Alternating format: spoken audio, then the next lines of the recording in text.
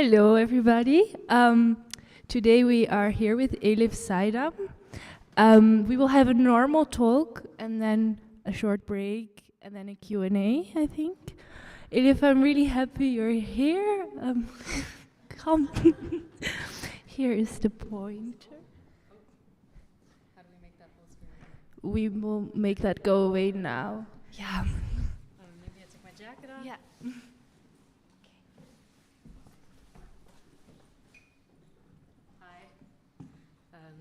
I'm Elif. I'm very happy to be here. Got a bit of an echo, and I'm very happy that you're each here also. Where do I... Sorry, I think we're already having a technical difficulty. Yeah, okay. Great.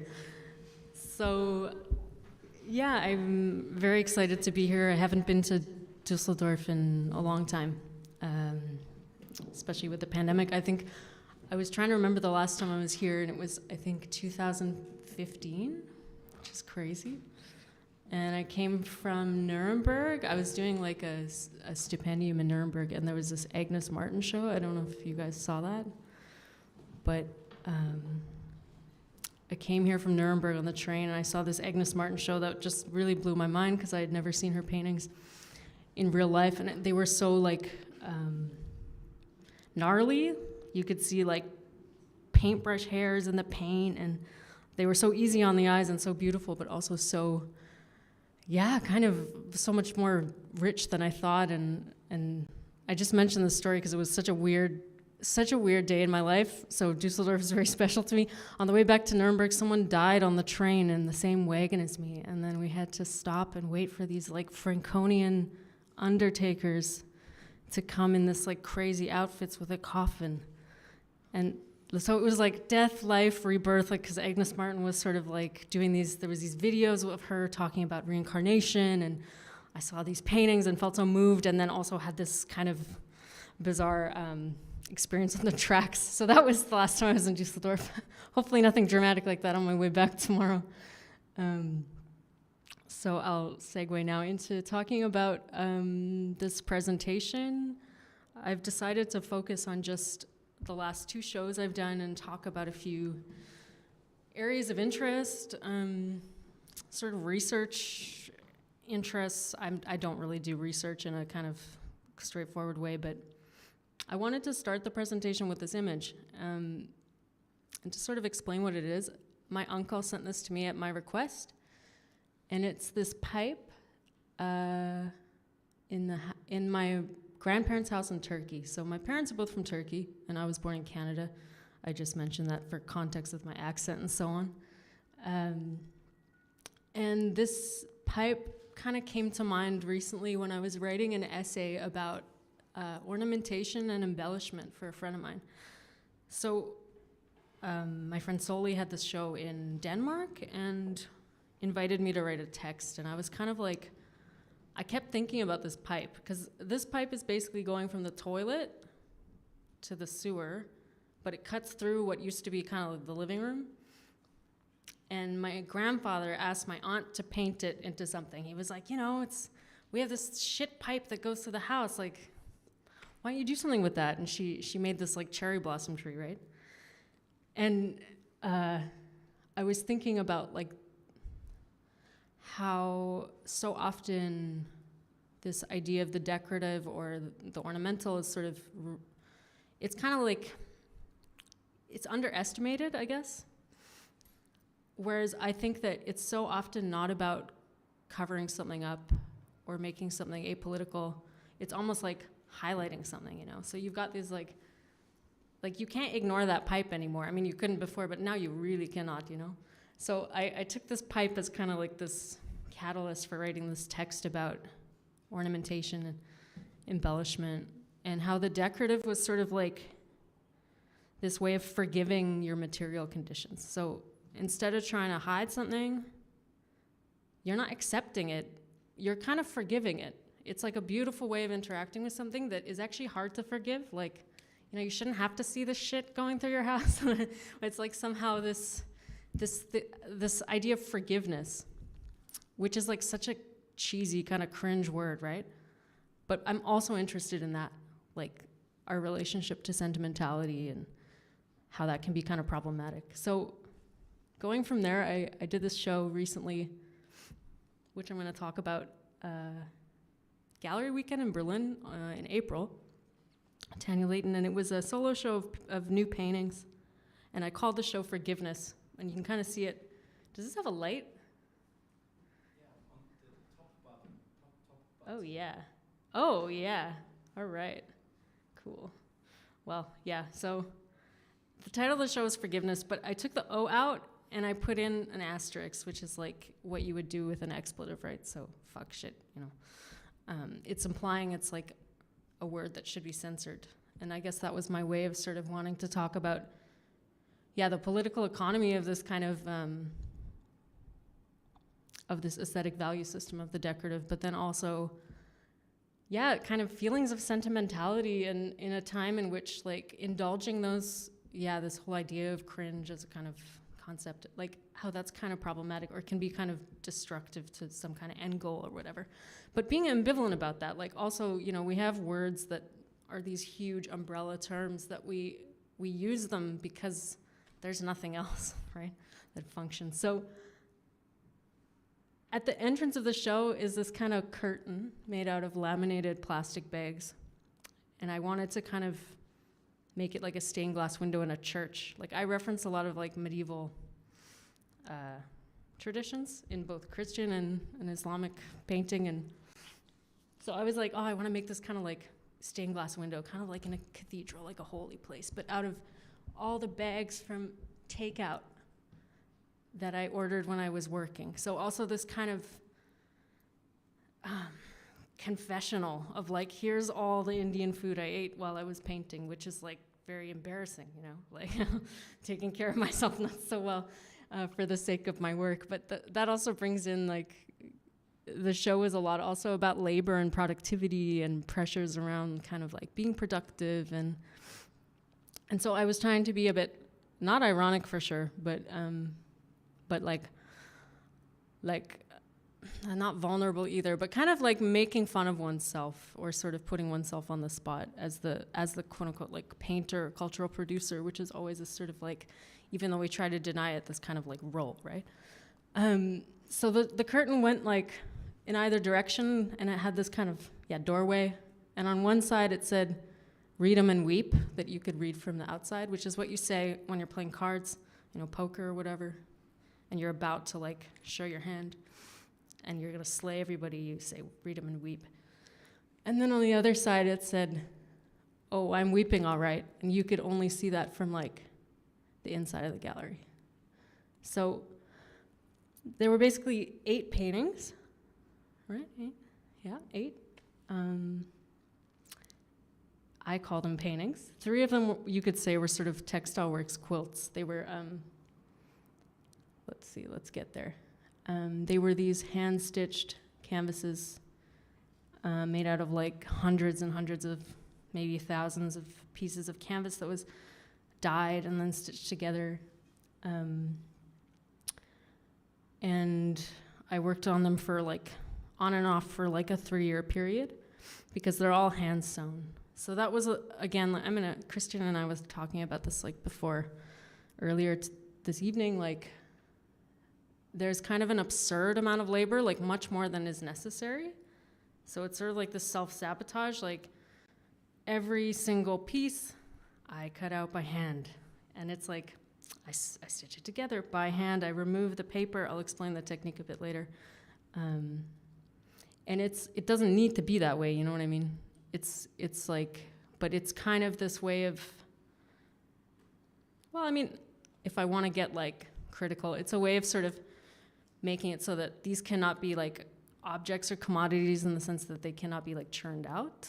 But it's also more about the process than, the object of course is very important, they're very haptic and tactile. It's also kind of denying them like living on as images, and not really to make them like exclusive, but more like intimate. So, the people that saw these in person have a different experience than we do right now. And that just is like a closely guarded desire of mine or something, you know. But so there were 3 of these works, and then 5 smaller format paintings. And like what I want to talk about maybe a bit towards the end is sort of camp, or sort of, yeah, camp aesthetics, which is something that I slowly started circling towards as something that was important to me. And I think that was because a lot of people would talk to me about my work and be like, oh, there's a lot of kitsch. And I was a bit like, and I don't want to put kitsch down, but kitsch to me is something that like someone from the outside misrecognizes what they think people want and then like provides it. It's usually mass produced, usually has to do with consuming something. And I was a bit like, what is the difference between camp and kitsch? There's a big difference. I don't know how to really, I'll leave that to like theorists to sort of talk about, but I think camp has a lot to do with like being really serious, like taking yourself really seriously, even if you're being sort of indulging in like artifice or being super literal. Or so this painting is like kind of one of the first ones in the show, and there's no nuance in that painting at all. Like, I mean, it's called Alles muss raus because that's like what it says on the shopping basket. It has every painting has like an AKA following it in the title, like also known as. And it's like the blue marble, which is like the most reproduced image in history, which is like planet Earth taken from the Apollo spacecraft when the first time like people went into space. And it's referred to as the blue marble.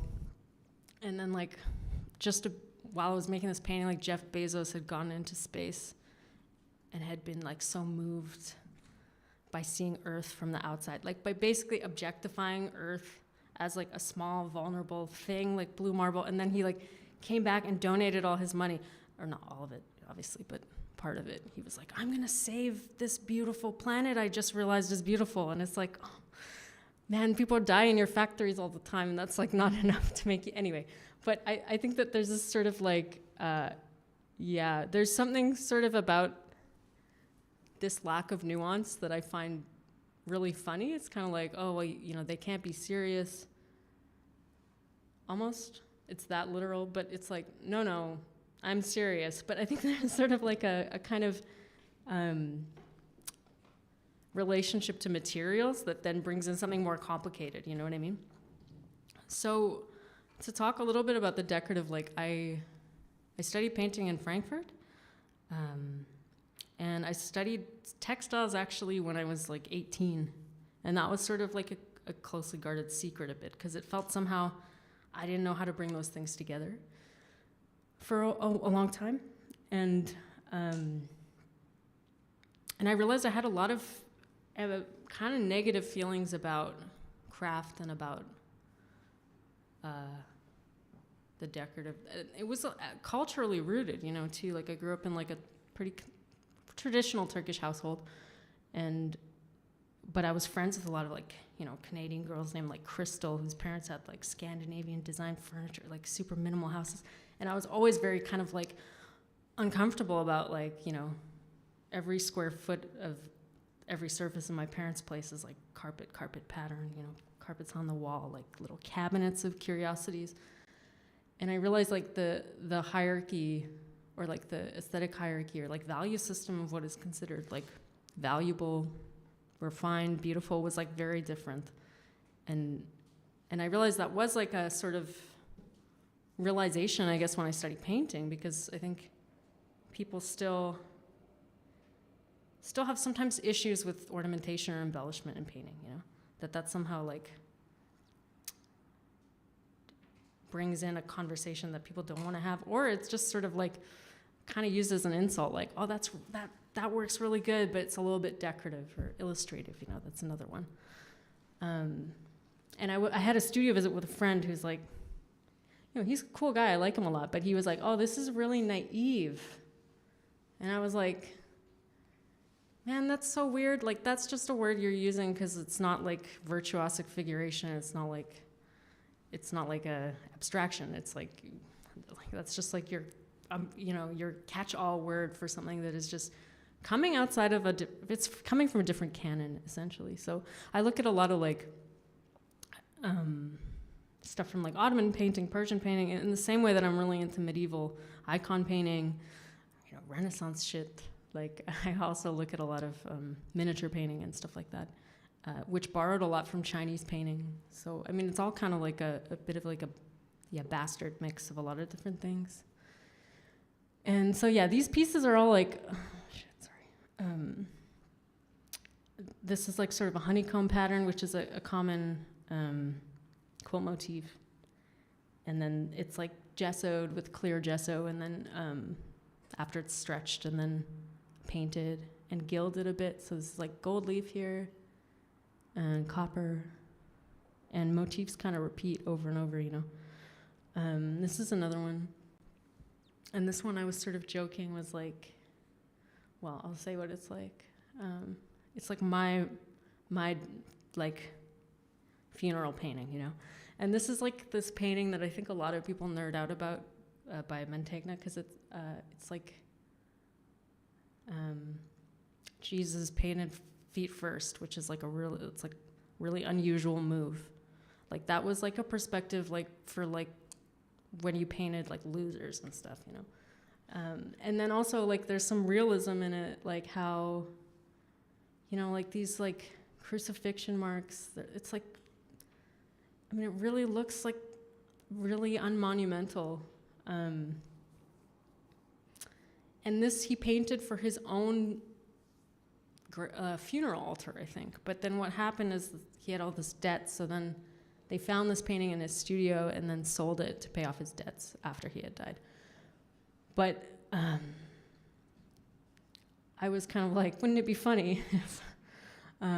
so this was like I should also mention, it's like, we don't need to go there. We all have that collective trauma. It's not so interesting. But this was painted during like the kind of most epic lockdown.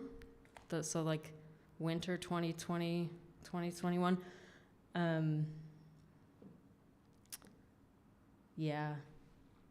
Like that was when I started kind of with the putting the feet on there. And so, there's like cigarette in the toes. I mean, some silly shit going on the turpentine can, but like I think it was just kind of fun for me to reference these sort of historical references and kind of suck the life out of the other quilts, because this is the same motif but in grayscale. And the way this is made, it's like it's nice to share. It's like you cut out pieces of paper. It's a technique called English paper piecing. It's from the Victorian era, and it was kind of like a flex, because paper was really expensive, so women used to like do this technique to show how rich they were, because it was like, I've got so much paper, I can cut it up and make like quilts with it. So that's kind of crazy. And then but it's also really amazing technique, because you can get really precise with the corners. You can get like, you can really control how the outcome is. So you cut out pieces of paper, you sew fabric around each piece, and then you stitch them together, and then once that's done, you take the paper out. So it's kind of like there's a whole other invisible aspect of the labor of the stitches.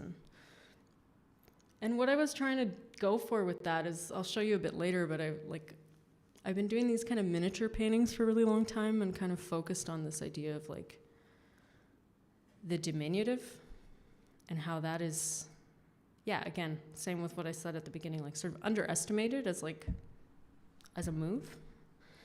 And I wanted to make these really large works, but I didn't want to scale up this, like just scale my paintings up. I wanted to like put the diminutive, but kind of embed it in the canvas, like embed it in the ground of the painting. So there's actually not so much painting going on, there's these like gay little roses everywhere, and like bows, daisies, teardrops, which is like based on this buta, which is like the paisley motif that comes out of Persian miniatures, which I use almost like as like teardrops or drops of blood. It was a way of kind of like embedding the contingency of like small parts into the painting, and then not really focusing so much on the way like I paint or something, you know. So this show was kind of epic for me because I'd never made work so big. It was also challenging. Like, I mean, I do everything by myself, and I like quite stubbornly, and I was trying to move these canvases that were like 2.5 meters wide, and you know, almost one night I almost like dropped it on the edge of a chair and almost like broke the, you know, ripped through that. And I was like, okay, like maybe you need to chill and like ask your friend or like, you know, someone to help you with this. And it was kind of a really interesting experience. But another aspect of kind of what's going on in this show is a lot about like the devotional, right? When you do something that's so labor intensive, it becomes almost like transcendent because it's so kind of absurd. And I was thinking a lot about emphasis and sort of, there's no real, like all the paintings kind of imply a center, but like you follow the gaze, there's nothing really there. It's like there's no, compositionally, it's kind of, it's lacking a center, I guess. And this is also part of this like strategy of sort of thinking about like content and form and how, you know, if you look to like painting traditions outside of Europe, like content and form isn't, you don't prioritize one over the other. They're so entangled that there's like no point even talking about it. It's like, I think it's an interesting like governing principle to try to make paintings. And I mean, they are stretched, and you know, the context of showing them is in the context we have, but it is kind of like, I am drawing from like different resources and different references. And like this I brought in because, you know, I had encountered these in Istanbul. This is called a hilye. It's like, which in Turkish means ornament. And I was with my partner in Topkapı Palace just recently. And we saw this in the kind of room that was for relics. And it's fucking crazy. It's like it's a description. It's a physical description. It's a portrait of the prophet, but with text. So, but it's describing, it's painting a picture of him physically, his attributes, his personality, but with text and this kind of like illuminations. And I didn't know such thing existed. And my partner who's from Iran, who also works with like the decorative, we were both kind of shocked because, you know, you learn that there's like this iconoclasm in Islamic art, Islamic painting. And then like, but to me, this is like even more intimate and even more kind of intense than painting a picture of someone, you know? So, and this only exists, I think, in Ottoman arts. Like it's not really present in other cultures. But you know what?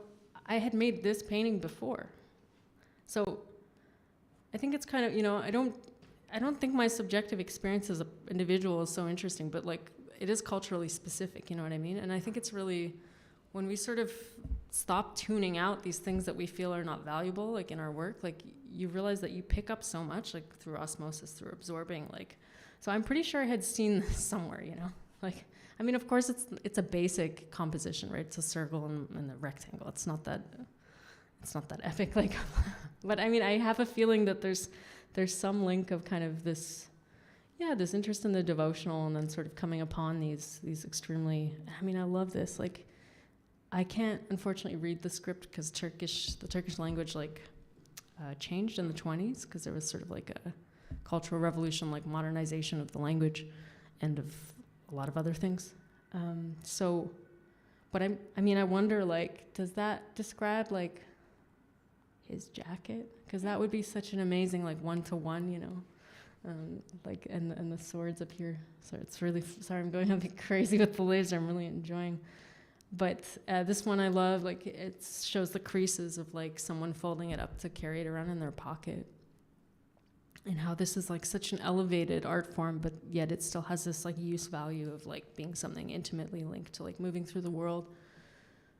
And like just to kind of go from there, like I can show you a bit of these like miniature paintings because I think that that's sort of where I really kind of circled closer to this idea of working with kind of ornamentation,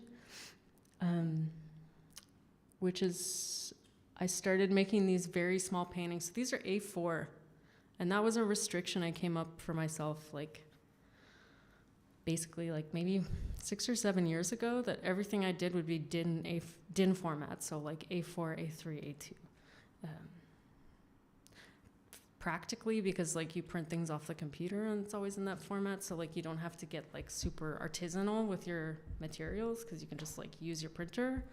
But also because it's like people have a certain relationship to that format. I mean, in Germany it's probably a pretty bad one with A4 because, you know, it's like Briefschmerzen or whatever, but like you know, things like letters circulate on A4, people, you know, it's a very ubiquitous format. So these are like inkjet transfers, which I print off of the computer. You know, it's just pictures I take around Berlin of different Spätis. And that again started with this devotional idea of being like, again, it's kind of pandemic specific. I don't make work about the pandemic, but I make work about material conditions, and like they sure changed during the pandemic. And I remember there was this moment of being like, oh my God, the bar is set so low of what constitutes a fantasy, you know? Like my ultimate fantasy now is like going to the Späti and having a beer with my friends. Like that is like, wow, that's so amazing how fragile our like aspirations can be, you know what I mean? So I was like wanting to make these icon paintings of Spätkaufs. And then I realized that it was kind of forming this sort of like unreliable archive or something, because I was like, I showed this painting and then someone came up to me and was like, oh my God, you wouldn't believe it. Like the owner of the Späti, she does karaoke at the Späti. So like she gets customers to sing with her, like karaoke. I mean, I've never been in that Späti. It was closed when I took the picture. But so I had all these kind of like moments of resonance with people that were like, that had intimate relationships to these places, right?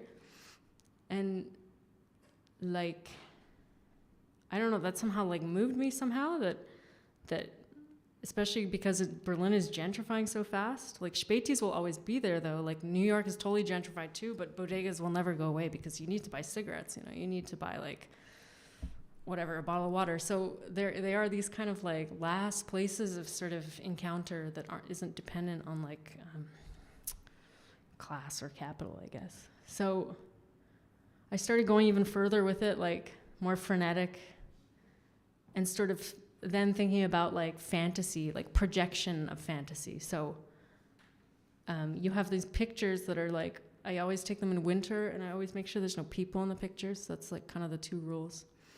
So there's no leaves, there's no flowers, there's no humans.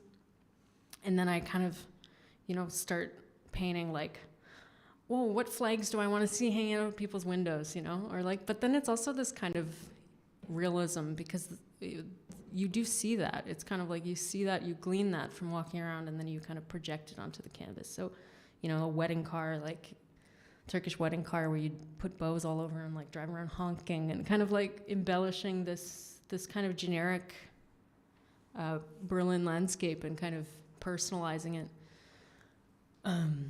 projecting on it, you know. And I think that this idea of desire or fantasy and projection is like really interesting to me. Like, what does it say about our like aspirations and limitations, like the fantasies we have? So yeah, they kind of developed and led to those larger works. And this is what I mean about like, I was making works that were about like the diminutive for so long, and then when I had the show, I was like, I don't just want to paint big versions of this, you know, like that's not what it's about or something.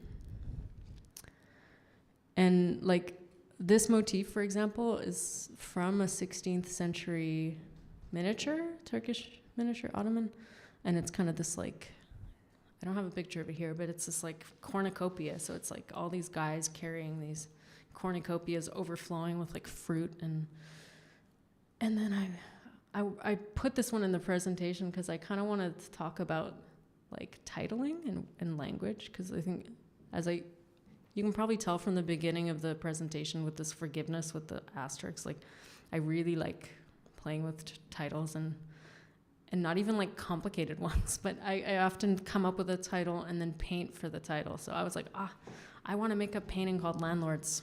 They had just overturned the Mietendeckel in Berlin and everyone was talking about it, and I was like, oh yeah, I can use that cornucopia motif finally, and you know, the kind of motel vacancy sign. So again, it's like the title comes first, and then the painting happens for the title.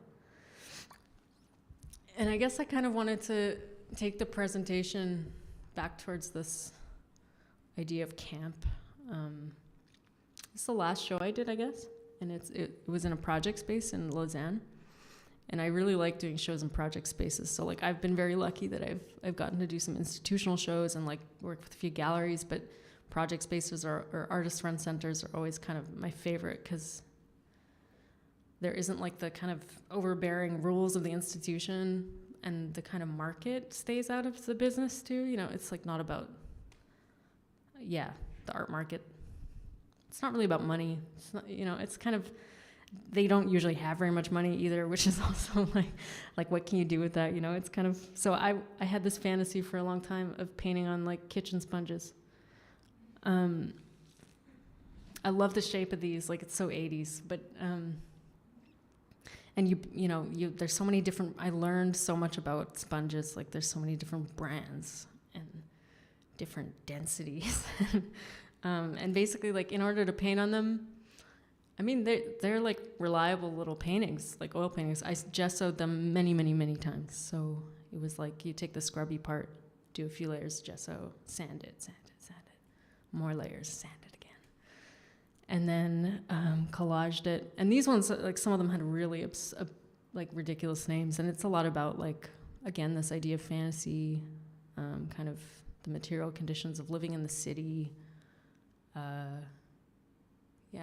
How the fantasies become narrower and narrower, especially with like sort of the things that we're going through, not just as artists, also as people. And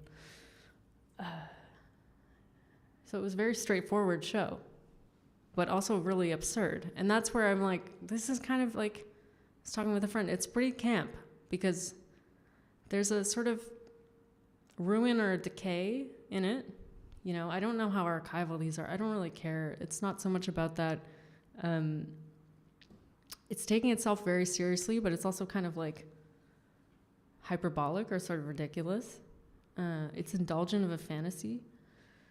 And I think for me, like, I'm not so interested in figuring out what camp is. Like, if any of you are interested, you can get my contact. I have, like, you know, there's this, like, a couple essays I really like about it. You know, Susan Sontag wrote this famous one, Notes on Camp, that's sort of like very strategically kind of like, and she's kind of pro-camp and anti-camp, and she's sort of like going through what it is, trying to understand it.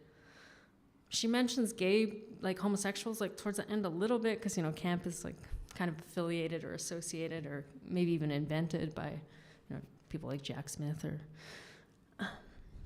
but it is sort of this like grumpy Sontag essay. And then Juliana Rebentisch wrote this amazing essay called Camp Materialism recently that's sort of trying to bring camp back into the political, that it's not just about artifice, that it's not just about, it's not against nature, it's kind of like dialectically addressing how like you can read nature into history and history into nature. And I mean, I'm not so interested in those things necessarily, but more like, who's good at camp? It's like, yeah.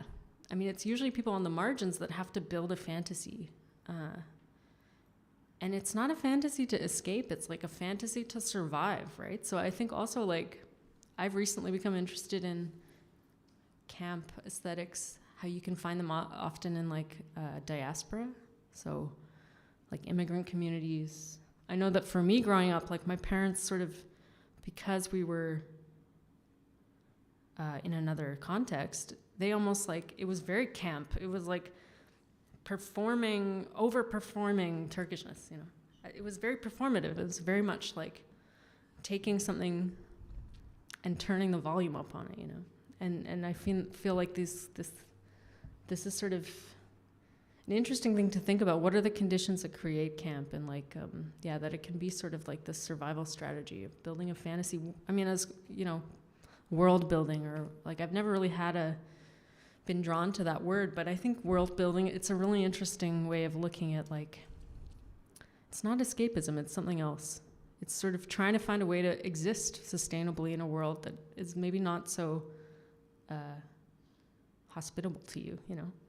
So that's, I guess, my current area of research or interest. I wouldn't say research so much, but thinking about camp as a governing principle and a kind of, you know, political economy sort of, and like, and indulging things that seem superfluous or sort of ridiculous, and seeing where that goes. So these were heavily varnished as well, and you know, I don't know what they're gonna be like. I like the idea that the ground is so unstable, unreliable. I guess I use that word a lot. I'm really into being unreliable. I'm reliable as a person, I swear. And then I'm gonna end here, like, I think it's probably been about 40 minutes or half an hour, because we come back to the pipe, right? And I guess when I did the show, they were like, the two curators or artists who run the space were amazing, and they were like, yeah, but there's this pipe. You gotta deal with the pipe. And I was like, yeah, man, there's always a pipe, like, no problem. But yeah, it's just like a funny kind of full circle for me. And again, like, this image came into my life like much before this show. And so I actually printed this picture and showed it on the pipe, which was unplanned, and we had it as an edition that people could buy for like $10. So I'll end there, but thank you so much for your attention and time. And yeah, we can yeah, you take it away. All right.